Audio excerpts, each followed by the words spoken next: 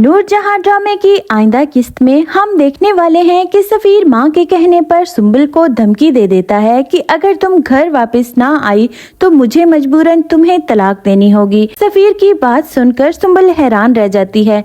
उनैद को मालूम हो जाता है कि नूर बानो की सारी जमीनों की देखभाल मुराद कर रहा है, तो वो आकर नूर जहां को बताता है कि मुख्तार शाह की सारी जमीनें मुराद को दे दी गई हैं ताकि वो पूरी तरह से मुराद को कंट्रोल कर सके। जिस पर नूर जहां कहती है कि दे वो अपनी सारी जमीनें मुराद को, लेकिन मुराद है तो मेरा ही बेटा ना। सुंबल परेशान होती है और नूर बानो को मिलने के लिए एक कैफे में बुलाती है। सुंबल नूर बानो को तमाम सूरत हाल से आगाह करती है और इसे बताती है कि सफीर ने कहा है अगर आज शाम तक घर वापस ना आई तो तलाक दे दूंगा और सोचने के लिए बस शाम तक का ही टाइम दिया है। जिस पर नूर बानो इससे कहती है कि तुम पहले कौन सा सुहागन की जिंदगी गुजार रही थी इस घर में, अगर देनी ही है तलाक तो दे। सुंबल भी नूर बानो की बात से मुत्तफिक होती है और कदरे मुतमिन भी हो जाती है। रात के खाने पर जब सब लोग इकट्ठे होते हैं तो नूर जहां तलाकनामा नूर बानो के मुंह पर दे मारती है और कहती है कि ये सुंबल का तलाकनामा है, या इसे घर लेकर आओ नहीं तो तलाकनामा इस तक पहुंच जाएगा। नूर बानो नूर जहां से कहती है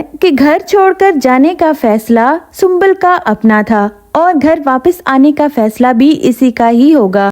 आप इससे पूछ लें कि वो घर आना चाहती है या तलाक लेना चाहती है। नूर जहां पहुंच जाती है मुख्तार शाह की हवेली जहां सुंबल रह रही होती है। नूर जहां को देखकर सुंबल समझ जाती है कि वो किस मकसद से आई हैं, इसलिए वो बिना बात किए ही वहां से जाने लगती है। नूर जहां इसे पीछे से आवाज देती है और कहती है कि मुझे मालूम है कि तुम्हारे पास रहने के लिए कोई ठिकाना नहीं है। सुंबल के कदम वहीं रुक जाते हैं और नूर जहां अपनी बातों से किसी हद तक सुंबल को मुतमईन कर लेती है। सुंबल इससे सोचने और फैसला करने के लिए वक्त लेती है।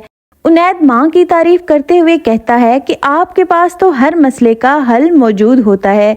जिस पर नूर जहां इतराते हुए कहती हैं कि इसीलिए तो मुझे नूर जहां कहते हैं। आपकी इस बारे में क्या राय है, मुझे कमेंट बॉक्स में जरूर आगाह कीजिएगा।